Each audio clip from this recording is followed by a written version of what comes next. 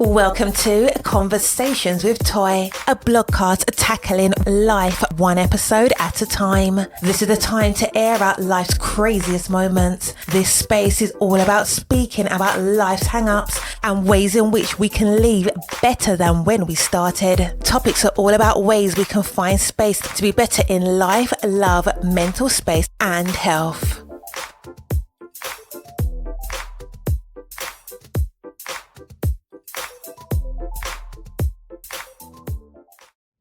Happy Friday!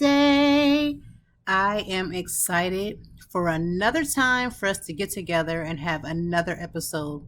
I hope that you had the most amazing week. And if you had a bad week, let's talk about that as well. I did a blog this week that talked about these low moments, right? And we're going to talk about self-care and mental health because it is literally the exact way that I came into this particular space. So I started off, if you haven't known, I am a blogger. I am Toy of obviously Conversations with Toy. So let me just say, if this is your first time, welcome. Thank you for being a part of this amazing conversation, amazing family and community of like-minded people who really just want to live life in the best way that they can. We make mistakes. We don't always get it right. We fall down 20 million times, but we are the type of people that regardless of what's thrown at us, regardless of what happens, we can dust ourselves off and pick ourselves back up. And if you are of that like mind, right? Meaning you're just not the type of perfect person, but you're trying your best. This is the podcast for you because we're going to talk about so many different things throughout our time. We talk about life, love, mental health, self-care, mental wellness. We talk about everything because in these conversations, whether we're talking about finances, whether we're talking about social media drama, regardless of what we're talking about, at the end of the day, there are so many things that we all get tripped up on. And just because I might have it together today may not mean I have it together tomorrow. So I just want to be that voice, that conversation that pulls everything together so that you don't have to feel by yourself. One of the things that I used to struggle with, if you don't know, I'm a blogger, and I started to blog almost 8 years ago. This became a part of my healing, part of my therapy. My therapist was like, listen, you really like to write. You should consider writing a blog. And I was just like, I don't know about that. I don't even know what a blog is. So once I got to learn like what a blog was, what it entailed, I had to go through a crash course of making 1,001 mistakes. So let me just say, for anybody who has a desire, you have something on your heart, you have a gift that's inside of you that you really want to bring out to the world. Let's not act as if that once you do these things, once you bring this gift, once you do all of those things, that it's going to make it so that you're going to walk in perfection. I have probably made more mistakes than I could probably admit to. And I had to learn pretty much on the job. I had to learn as I went. You know, at first I was writing things that wasn't meeting the certain word requirement. Then it wasn't really aligning to, Google wasn't picking it up. And it just was a lot. But one thing that I have learned about myself is that I have a thirst to learn. I'm willing to take correction. And I don't allow what I don't have to make me stop. So for instance, when I first started blogging, I didn't even have a laptop. I was blogging off of a flip phone. So that right now tells you all you need to know about my journey from the very beginning. And as I began to blog, I wanted to become a podcaster because I wanted to use my voice as a way to do the same thing that I do as a blog, but using my voice. That's why I called it a blog cast. It's the ability to use your voice to basically tell the masses, the friendships, the community of listeners, hey, this is what I've learned. These are the mistakes that I've made, and I hope you don't make the same mistakes. So in today's conversation, we're going to talk about mental wellness and the concept of what happens in your mental wellness and your mental journey when you don't get it right, meaning your anxiety has taken over. You keep tripping over the same things that you already have the tools for. Like, it's one thing to not have the tools. When I first started in my journey with just therapy, I had no tools. So for instance, if somebody made me mad, I didn't have the mindset of letting, eating some things, right? Meaning not having to respond to every little thing. In my mind, if somebody got on my nerves, if somebody said something that made me feel whatever the case it was, I would respond, even if I was 2000% wrong. So I want you to hear that. A person that didn't care if you were wrong, just wanted to be loud and get your quote unquote point across, that's a dangerous situation, because that means you don't care about thinking, you don't care about the other person, you don't care about any of these things. You just want to talk. And that's what I did. So even with my husband, I would have all these arguments about different things because, again, it didn't matter if I was right. I just wanted to get my quote unquote point across. And I learned through therapy that obviously everything does not garner a response. And I think one of my first lessons was that.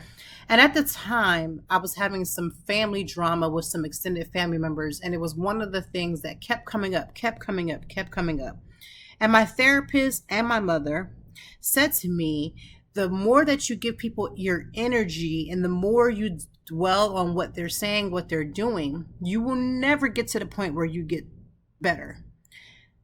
And that was hard. So so if you've ever been into a therapy session, and I mean committed therapy session, you know that every time you leave therapy, you're not like skipping to your car and happy. There are times when you leave therapy and you're exhausted, you're drained, and you just want to be like, why am I always wrong? And why is it always me? And why do I have to always do the work? That is a real situation. It's very much the way that I felt. It was the way that everything just felt like it was just happening and coming down. And I had to deal with that. And I always just was like, well, okay, I'm always wrong. Then you take the other persona. You know that you're wrong. But then you begin to blame yourself for everything. So I guess it's just me. I guess I'm just the one that's the bad person. I guess I'll never be healed. I guess I'll never be okay. Therapy is one of those things that makes you slow down. And you go back to your childhood and you go back to certain events. You go back to those lost loves and the ex-boyfriends and all the things. Like, you go back into time and you talk about your responses, how you felt at the moment. Why does that make you feel the way that it feels now? And it's not as easy as everyone would want you to believe. So I love that therapy to me is a tool. I can go back and read the notes that my therapist had given me. I've been in Philly for almost 11 years. I think I'm about to come up on 12. And one of the things that I struggle with is going back to my very first therapist. So I've had obviously multiple therapists because, with therapists, they don't stay in the same field. They move, they do whatever. This was before teletherapy was like a real thing. So I would go back into the old school office, sit down, talk about my issues, write my notes, get my assignments. Therapists will give you homework in case you've never been. And I would go back in and I'm having these conversations and I'm overwhelmed and I'm emotionally drained. There were days when I would sit in my car for like an hour and a half parked in front of my house, but couldn't get out of the car because I just didn't want to take the energy that I was feeling into my house and put that on my children, or have an argument with my husband because I'm not able to say, hey, therapy has been kicking my ass, right? And I'm struggling and I don't know what to think about the things that my therapist has presented me. And some of the things that I've said about people that were in my life became more vivid. Like, for the first time, I felt seen, I felt heard, and that feels scary to me, but you don't know how to put that in words. So you say things like, oh, therapy was fine. I'm okay today. And reality is that you could claw yourself from the inside out because you are overstressed about the things that were presented, the work that you have to do, the things that you have allowed, and it can be overwhelming. And so people say, well, if it's so overwhelming, if it's so draining, if it's so emotional tied, then why do therapy?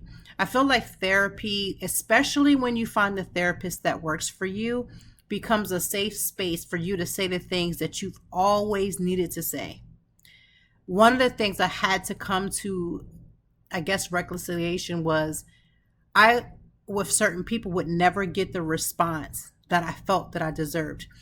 And let me just put that into perspective. There are certain arguments, certain things in our life that sometimes we blow out of proportion. And again, when you go to therapy, you learn these skills. You learn about the things that make sense and the things that you've put out of proportion, meaning you have overdone things that don't make sense.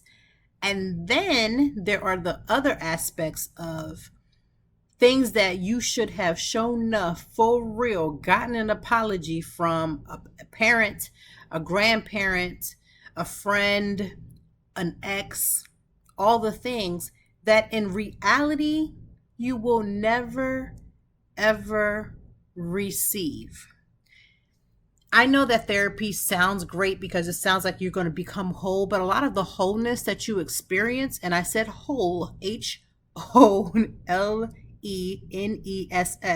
Wait, H-O, and I'm spelling it wrong. W-H-O-L-E-N-E-S-S. Wholeness that you'll receive comes from you doing your own personal work, working out those things that tripped you up. Like, for instance, my anxiety. As a kid, especially like in the educational realm, I thought that being busy or being, overzealous with my homework assignments, making sure everything was perfected and making sure I didn't miss any work. And I remember in the 5th grade, this was in Mr. Davish's class in Lancaster, Pennsylvania, and we had this chart, and it was a star chart, and I wanted to make sure I got every star for everything, and I did. I got every star that was available. I got. So if there was a perfection of stars, I had made it, did it, got it, all those things. But I didn't even realize that even as a young child, getting this, all the stars, or at the time, I received a 4.0. Basically, I had been getting straight A's since I was in the 2nd grade. And to think, at the time, that was like my focus. Like, I got to get these good grades. I've got to get into a good school. I've got to get into a full scholarship. Like, I've got to make these marks. And I did. I got a full scholarship to Penn State University. I got this 4.0 GPA. I tested very well and all the things. I got every scholarship that I could possibly find. But at the end of the day, all these different moments revealed this anxiety that I was experiencing, this perfectionist that I was experiencing, and thinking that this was normal, okay, the thing to do. And then being an adult, I'm talking about, so I've been in therapy since my youngest is 13. So I'm about to say 29, 30 years old.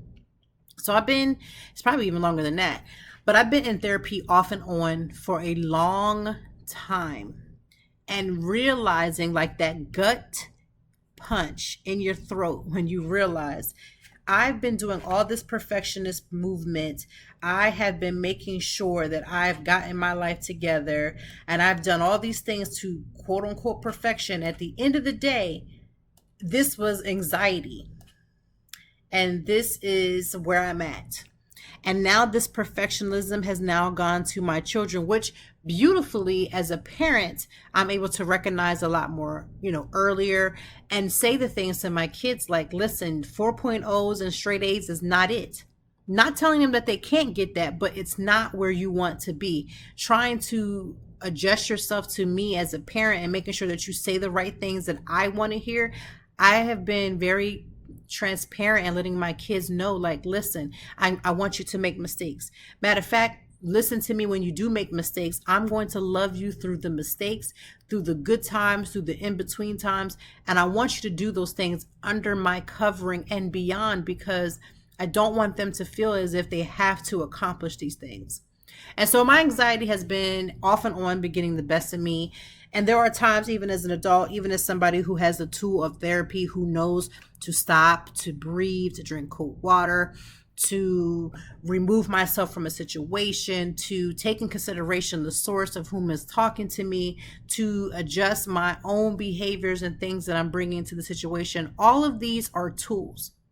And with all of that knowledge, that I still struggle. I still have these issues that I have to work out amongst myself. So if you are the type of person who is who has or is now struggling with that, please know that you are not alone. Nothing about anything that you're doing is alone. You are amongst some amazing people who just seem to struggle within this area. And I want to say that off the bat. And we're going to talk a lot about that because we have two amazing guests. Two. Actually, let's walk this back. We actually have four.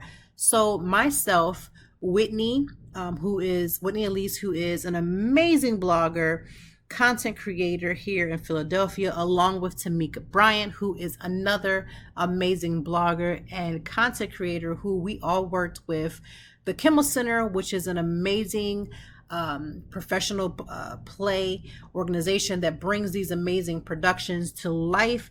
And we are getting the play Dear Evan Hansen. And if you've never seen it, you've never heard of it, it's about this young man who literally goes from this family. He's bringing up all these mental health issues. He's talking about these different ways and how we connect. And the conversations that come from this story is amazing. And so we have one actress and one actor from the show as we discuss these very common situations as they're relating to them being in school. And it's an amazing orchestrated story. And it inspired me to remember those moments that, again, we're not perfected. We don't have things together. We don't have things the right way. And so I want to talk about that today in today's episode. So we have Micaela Lamas-she. Micaela is thrilled to join the DEH family. She's a recent grad of the Texas State University BFA Musical Theater Program, Go Bobcats, and a Texas native.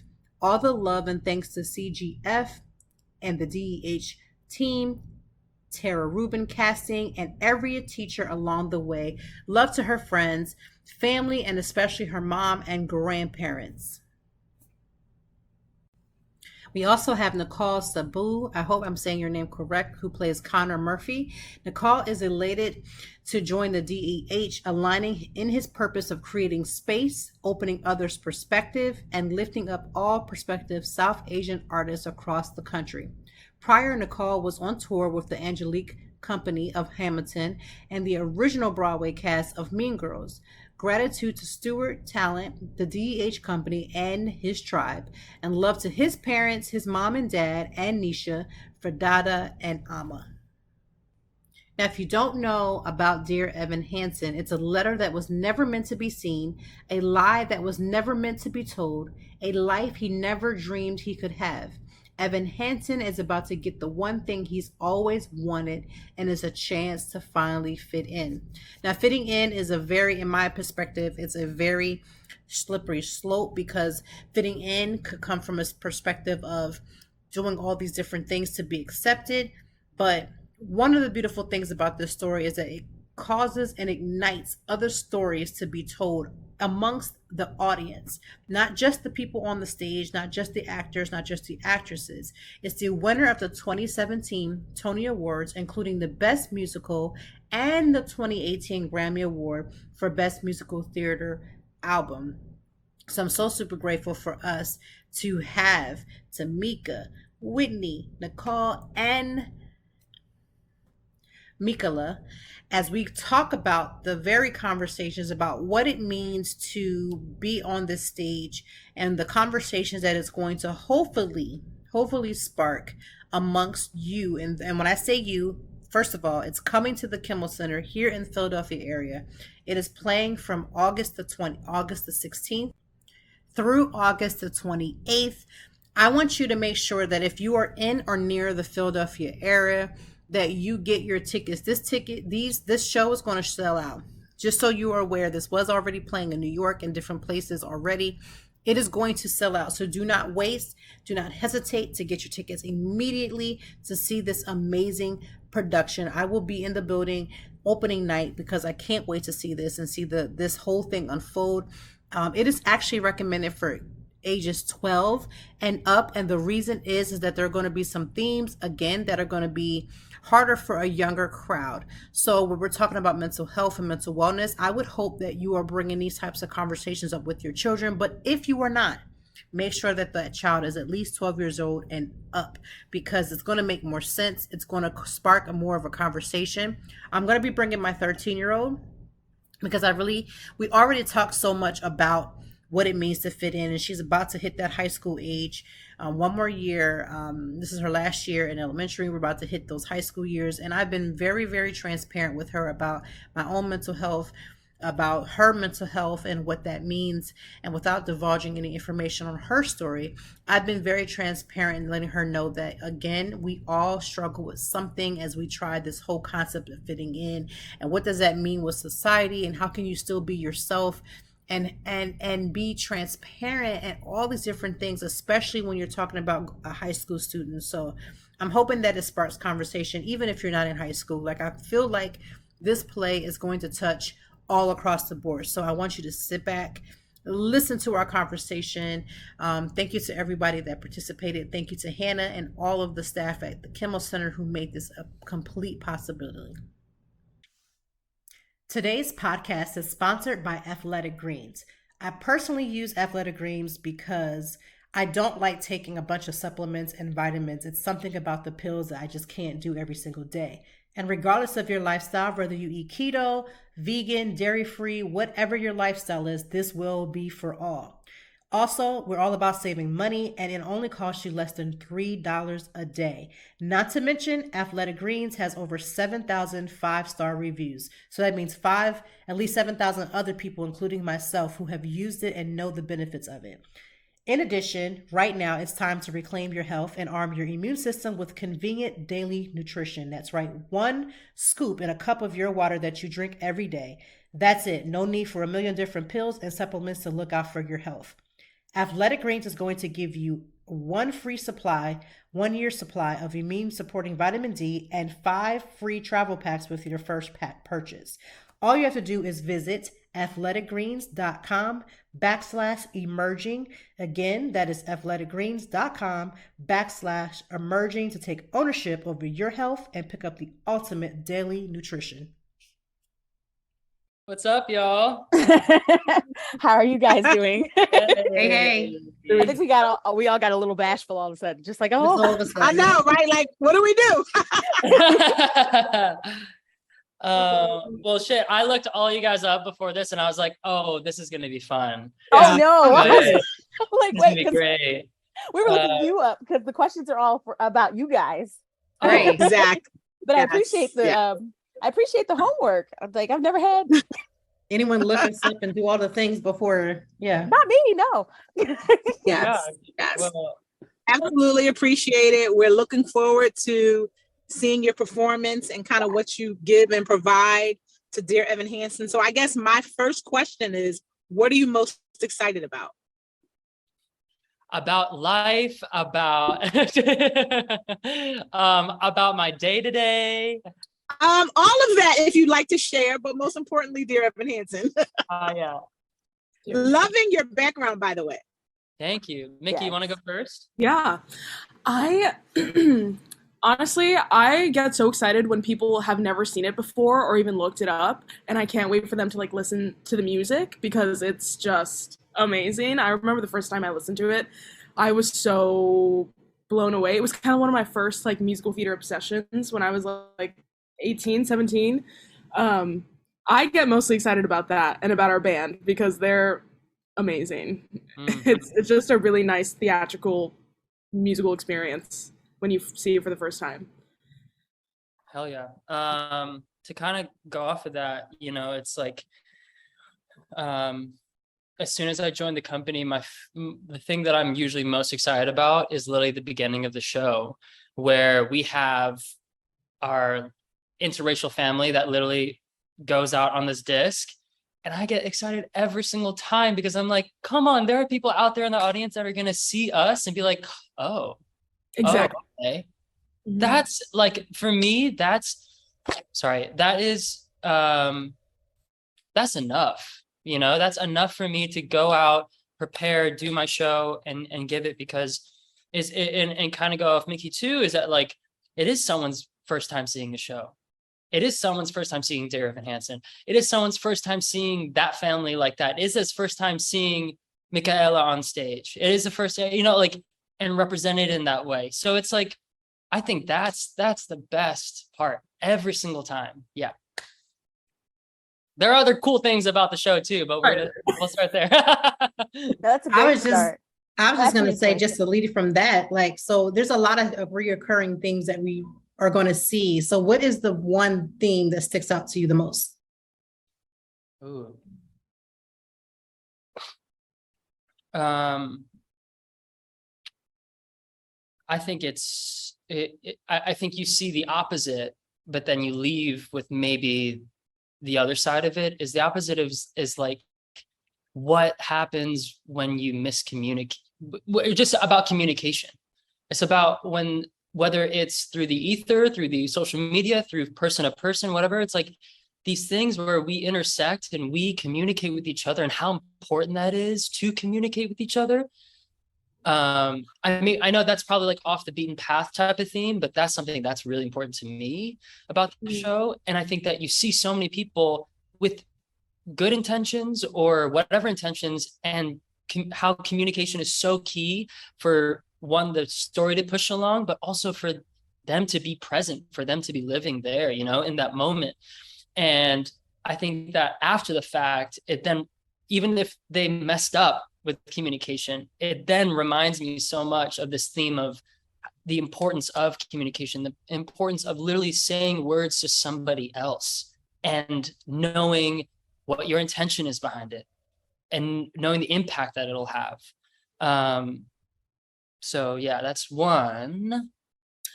I think one of my favorite things in the show is just the state of being vulnerable, because I don't think you see that a lot on stage, and this show is so that. That's so right. When you see, it's just one of those magical experiences where you're like, I cannot believe I'm feeling this from a staged, musical production. Like, it just, the script, everything, the songs, the way the orchestrations are written, it has everything to do with the arcs of these characters and their emotions. So many like hidden gems in the orchestrations by Alex Lacamoire, like that feed the way Evan reacts to things, or the way all of us communicate with each other. That's just, it's the best to see that. And I think there's so many shared experiences between audiences in this story, and that's why people love it so much and still love it after so many years, because it's just like human emotions, and the way we're seeing them portrayed on stage, we can connect to that, and I think that's really special, and I think that's why I fell in love with this musical like 4 years ago. Yeah. Beautifully put.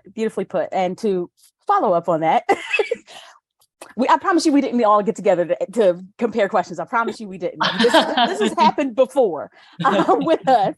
But to follow up on that amazing. I can't get over it. So a lot of heavy themes. There's a lot of heavier themes about mental illness, mental health, being aware of each other. You just talked about communication, community, identity. All of that resonates throughout the show, and reverberates through each of the characters. Given that this show is so timely, 2016, like that for me, it was like around the corner. And so how timely the show is, the impact of social media, that we're now kind of really grappling with mental illness and mental health and things like that. How do you think that all of those themes, why do you think all those things are really important for this time, for this show? I think, like Nikhil said, it just really, this show kind of showcases how those things can affect decisions and communication throughout life. And it's I don't know how to put it. I think it's not that it's like it is important. It's important to see these things portrayed on stage, because mistakes like this happen in real life a lot. And I feel like the way mental health is portrayed, I've said this before, it's portrayed so differently in each character, even though they might have so many things in common when it comes to what they're struggling with in life. And to see them navigate that throughout the story is really interesting, because you see two classmates trying to communicate with each other on the first day, and it's so like, how do I put it? it's so relatable because you feel for these people no matter their mistakes throughout the story. And I feel like that kind of teaches a lesson to the audience about forgiveness and about just giving people the space to be human rather than always putting people down for any mistake that they make in life.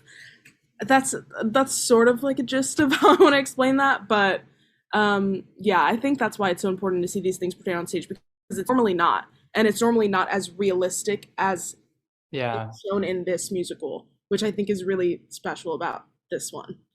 Yeah, I and to go off of that, I think that it's I mean, Evan is our main character that we follow, but I think it's also on the work and pat everyone on the back as actors to really flesh out these characters, and also through our direction through Michael Greif and the words of Stephen Levinson. It's like you are seeing real people making real mistakes on stage, and I think that and it is so porous and easily to just go inside to see yourself in these other characters. I also think that like I think that's also part of theater why I think the beauty of theater is that it gives us an angle as like a reflection constantly, because we're watching in such an intimate space, but in a weird way we're taking in, but also seeing ourselves at the same time. And now let it be a part about mental health and mental illness and things that are going like, ooh, there's a lot of it that mirrors, no matter where we've kind of come from, and no matter who we are, as in, from a kid to you're a mother or a father or anything like that. I also just wrote something down, why I don't know. And this is a question I think that I always grapple with, is that like, even with our collective experience, even with everything that we've gone through, it's weird. It's like, why do we still need reminders of all of this, And it's like, I don't know why. I don't know why that's something I'm trying to grapple with these days, of like, why is it that I still need the reminder of the impact of mental health, or the impact of the power, or how important all of this is? Why isn't this something that's kind of just known? And I think that's something that's hard to grapple, and I may never grapple with it, but I'm glad that this show brings all of those questions to the surface. And yeah, I guess that's, yeah, I'm glad it does that. And so, especially with all the things that you listed, Whitney, yeah, I'm glad it brings all to the surface. I'm glad it brings all the conversation that needs to have. I love these things called post-show car conversations, where I wish I could be like hearing everyone's car conversations back home. That 15 minutes, I think, is sometimes the most like wonderful parts, where you're talking to your friend about the show, or maybe you open up to them about this because that sparked this and this impacted this, so yeah, fragmented, but that's how I think about it. It is really important. It is really important. I also think that those things that we're going through in the story, each of us as characters, and that's why these themes never get old, or they never get really solved when we're doing the show, no matter how many times we do it, because we work through our own characters' challenges every night differently, because this show has a way of feeling like we're sort of coexisting with our audience rather than putting on a show for them. And I think Elena, our Zoe, she said this last night, because we're in a new theater this week. We were just in LA for 5 weeks, now we're in Canada, and it's a much bigger theater. And she was like, the scene that I had with the Murphys, with our family, almost felt like it was just in a different space, and the audience was watching us rather than, what did she say? It was just like a different energy that the audience was bringing, because it was bigger and they were further away from us. But it always feels like we're never really putting on a musical. It just feels like we're going through this experience with just a bunch of people in front of us. And I think that's so cool, because every day it helps us, gather new things, gather new thoughts, a way to challenge ourselves with our roles, a way to go through it differently, to think about it differently, because we're feeling that audience energy and the way that they're empathizing with us. It's almost like you can feel their empathy every night, and that is why it like fuels us to do it every day. Well, yeah. I'm putting on a show when I'm doing Sincerely Me, so I don't know. Like, well, I'm Tam.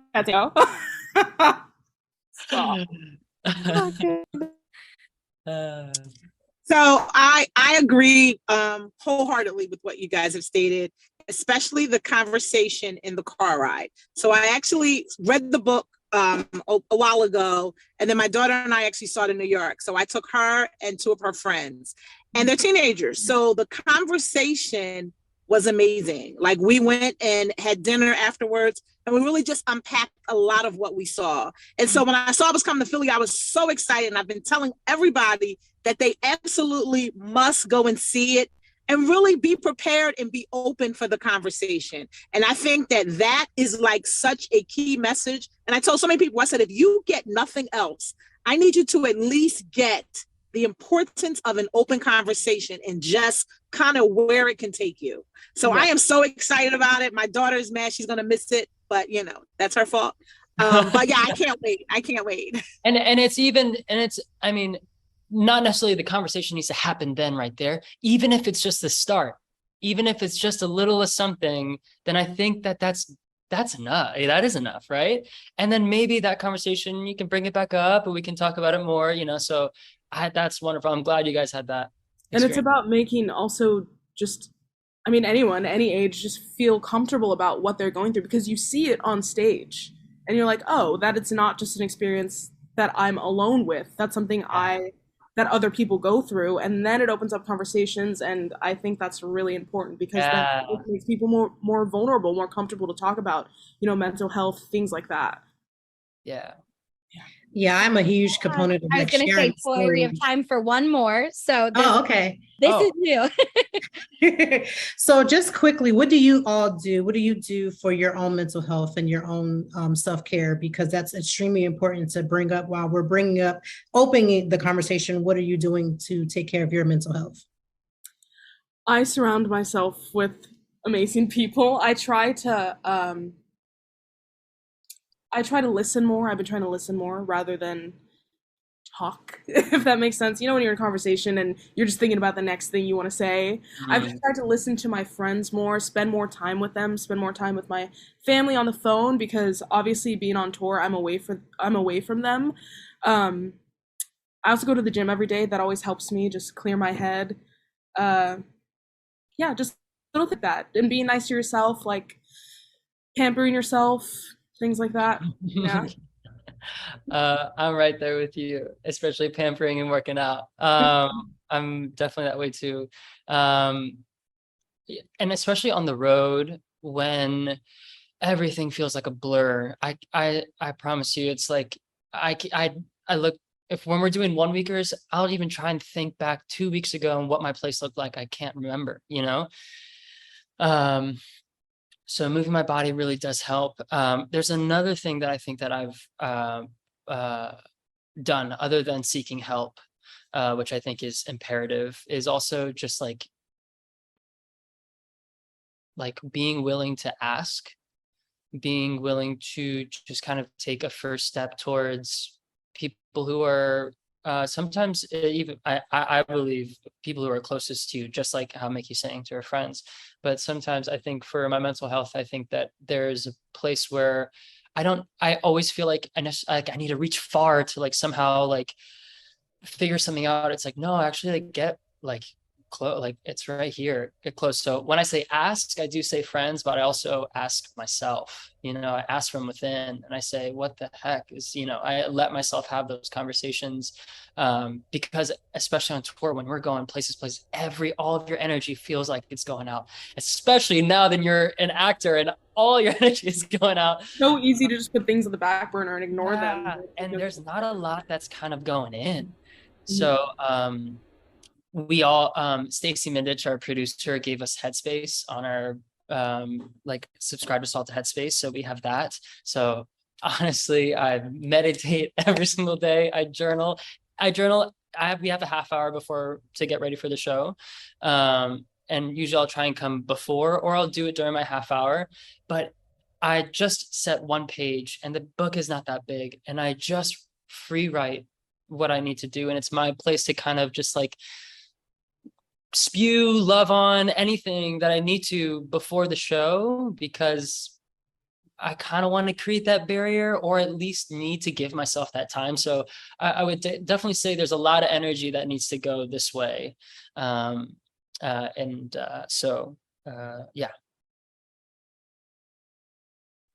Well, thank you all for your time today. Of course.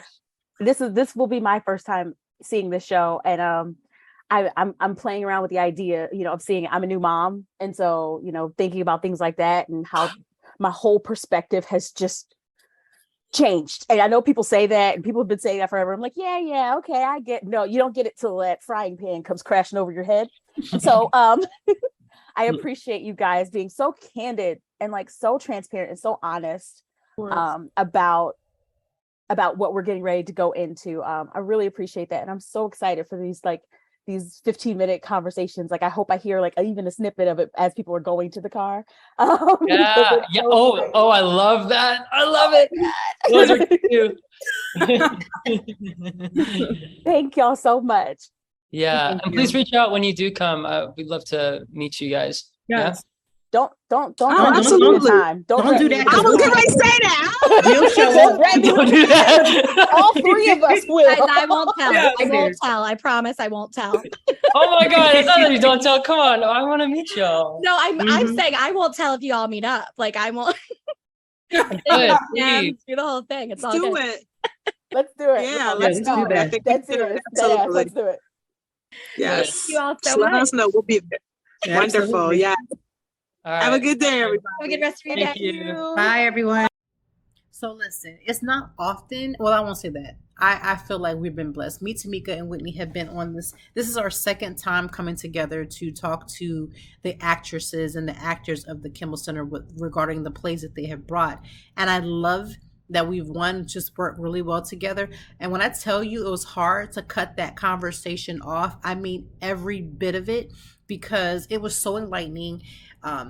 We just had a great time. And so I hope that you, get your tickets.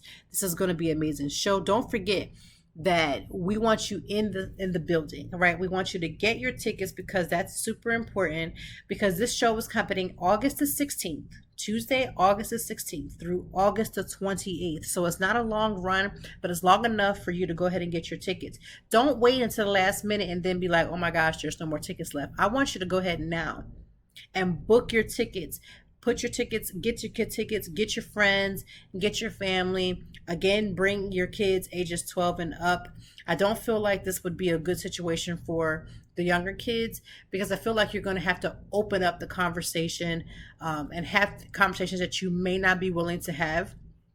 But what I will say is I would love to be a fly on the wall to see the conversations that are happening in the cars, because I already know that me and my 13-year-old, we're going to have a conversation. We have a conversation almost every play that we attend together, just because I want to pick her brain and hear, did she hear what I heard? Did she miss something? Did I miss something? Because my daughter, my 13-year-old, all of my kids are amazing, but my 13-year-old, because she's a little older, she can kind of grasp a lot of things. I remember taking her to another production with a whole nother company, and there was older women that was around her and was asking her to explain the story. And I just sat back so proud of her, so proud of her ability to get it. And so I can't wait to go see this on Tuesday, the 16th. So get your tickets. Don't be shy. Get in the building. Remember, you must have your mask on at all times when you're inside, because listen, we got to still keep safe. So yeah, I can't wait to see it, and I will report back on my thoughts in next week's episode, which will be our last episode of the season. Is that amazing that we've gotten all this way to season 6? I can't even describe to you how amazing that feels, and we're almost at 10,000 downloads, so I'm excited for that, and I can't wait. The drink of the day this week, because we're talking about mental wellness and we're talking about mental health, is a brand called Shirley. So it's spelled Surely, Shirley. and it is a non-alcoholic wine. Now, this is great for people who, one, don't drink wine, who don't really like the taste of wine, or maybe you're pregnant, maybe you're just like, listen, I just need to feel as if I'm having wine. Or you're like me, who sometimes take these little breaks of, I love a great alcohol. I love great cocktails. I love wine. You know, I am wine bae. But there are certain times in my life and during certain seasons where I'm like, let me take a step back. Let me go ahead and cut my alcohol content down just a little. And so I would encourage you to try Shirley. It's an amazing non-alcoholic wine. It kind of gives you it gives you the thought process of having wine. And I know that some people do like the whole dry month of all that. Listen, I get that, but I want you to also try to incorporate times and moments when you're like, you know what, let me take a break.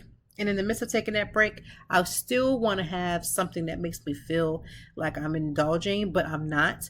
And I'm here for that. You may have your reasons for why you do it. And listen, you don't got to explain anything to me. I want you to do all the things that make you happy, that make your mind, work as best as possible. Like, I want you to do all of the things, because we want you to, and with Shirley, it tastes like wine, even though it's not wine. And so it's a beautiful, beautiful thing. I hope that you have an amazing weekend, because let me tell you, these weekends, if you blink with just one good eye, the whole weekend is over. And before you know it, you're just like, what? How did that happen? You're just like, what, how did we get to this point? All right. And today is National Kool-Aid Day. I don't know who made this up. I could not tell you. Don't ask. And it's also National Vinyl Record Day, and World Elephant Day. So do your thing. Have all the fun. Tomorrow, Saturday, August the 13th, is Middle Child's Day, which is my day because I am a middle child. Monday the 15th coming up is National Relaxation Day. So listen, whatever you do to relax, go ahead and do that a little earlier. You don't have to wait until Monday the 15th. Go ahead and tap into that relaxation now. I hope you have an amazing weekend. I'm going to send good vibes your way. I plan to make sure to increase or find some way to self-care, so I hope you do the same. Self-care is not something that we do exclusively on the weekend. We do self-care every single day. I cannot stress that enough, because the amount of people that wait until self-care Sunday comes around. Listen, it's self-care Monday, self-care Tuesday, Wednesday, and then so forth. I want you to find something, one thing every single day that you can tap into that makes you feel so good, makes you feel amazing, like the amazing person that you are. Have an amazing week. And we are one more episode away until we are done with season 6. And there's something about the number 7 that just brings a completeness, a wholeness. I have some amazing guests already. I'm already recording for season 7. Can you believe that? I can't believe it. Now, I know some of our seasons in the beginning were a little shorter. Go back and listen to some of those episodes, because there may be something that you missed. We talk about marriage. We talk about dating. We talk about social media drama. We talk about all the things that are happening into the world. So there's something on there for everybody. We always like to talk about self-care and mental wellness, because, again, that is something that we need to make ourselves become a lot better. And listen, whether you're on the treadmill getting your workout on, or you're sitting at home folding up laundry like I sometimes do, whatever you are in the world doing, with all the things that you're doing, I want to speak peace into your life and peace into your home.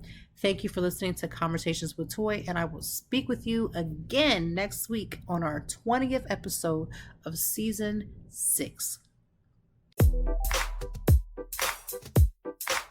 Thank you as always for joining me, and I know that even in the deepest or joyful conversations, that there's something we can learn and apply. Until next time, I hope that you are doing better. If not, we will be back to talk some more and handle it. Peace to you and yours. Stay grounded.